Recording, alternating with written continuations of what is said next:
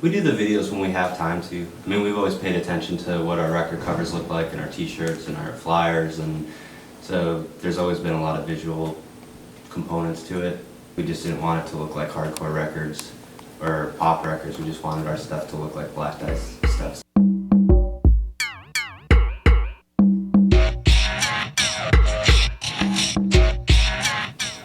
The video stuff is like some of the most labor intensive, like it just takes a lot longer than even some of the music stuff. So to even do like 1 3-minute video, like, you know, it takes us like a few months or something like that.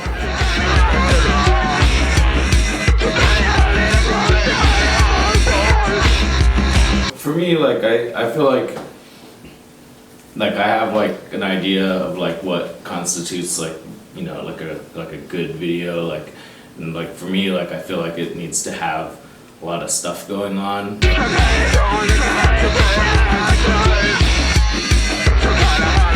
So we have like this kind of like video studio set up right now that has like some cameras and some video mixers and stuff like that, and, you know, software, the computer and all that. And since Aaron's the only one that's computer literate out of all of us anyway, it gives Eric and I kind of come up with different ways of making things with cameras and scanning things, and the way that we have it set up, at least we can sit there and sort of like dub it out basically before it goes into the computer.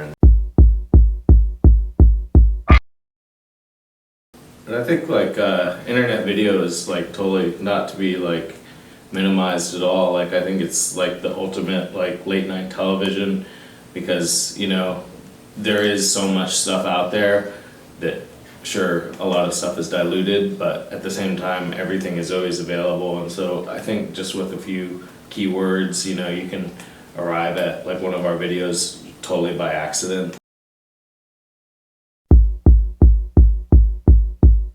You know, I took like classes at school, like, you know, I had a class with like Stan Brakhage that was very influential for me. We just saw like, you know, all the greats of like experimental film and video and stuff like that. But like, I would say like equally influential for me was just like watching just like a shitload of videos on MTV. I mean, for me personally, Force Field, we're a Providence collective, which was R. Peterson, Matt Brinkman, and Jim Drain. They make amazing stuff, and this guy Takashi Murata makes amazing stuff. And this group Force Field, who are from Providence, this is, for me, this was a huge thing. It's still one of my, it's like a favorite thing to get stoned to and like watch or show people. There's parts of it that are really over the top.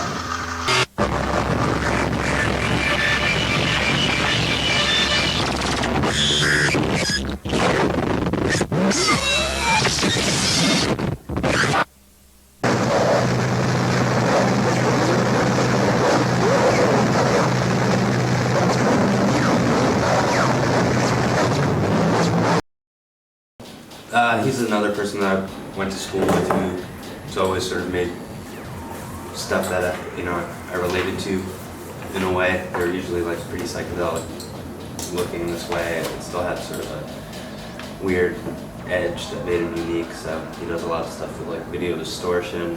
He's a really great animator as well, like just even sort of, you know, doing cells by hand and stuff. So.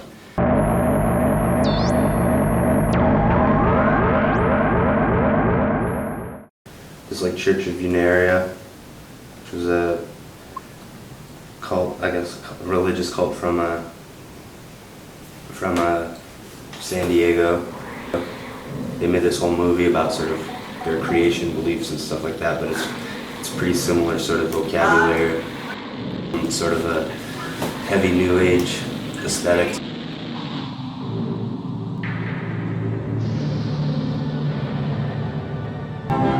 As the earth revolves about the sun, she became host to a visitor's ship, a traveling star, voyaging from a planet called Muriel.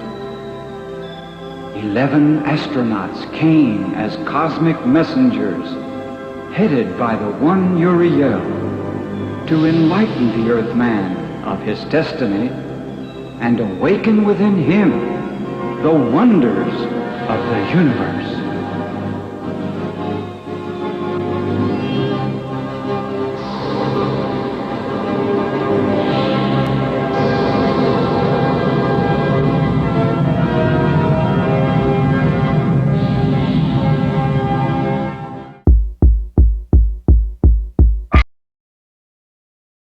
You know, it's not being made for your approval, someone else's approval. You just do what you want to do, and if people like it, that's great, and if not, you hopefully still have enough, you know, find other reasons to keep doing it.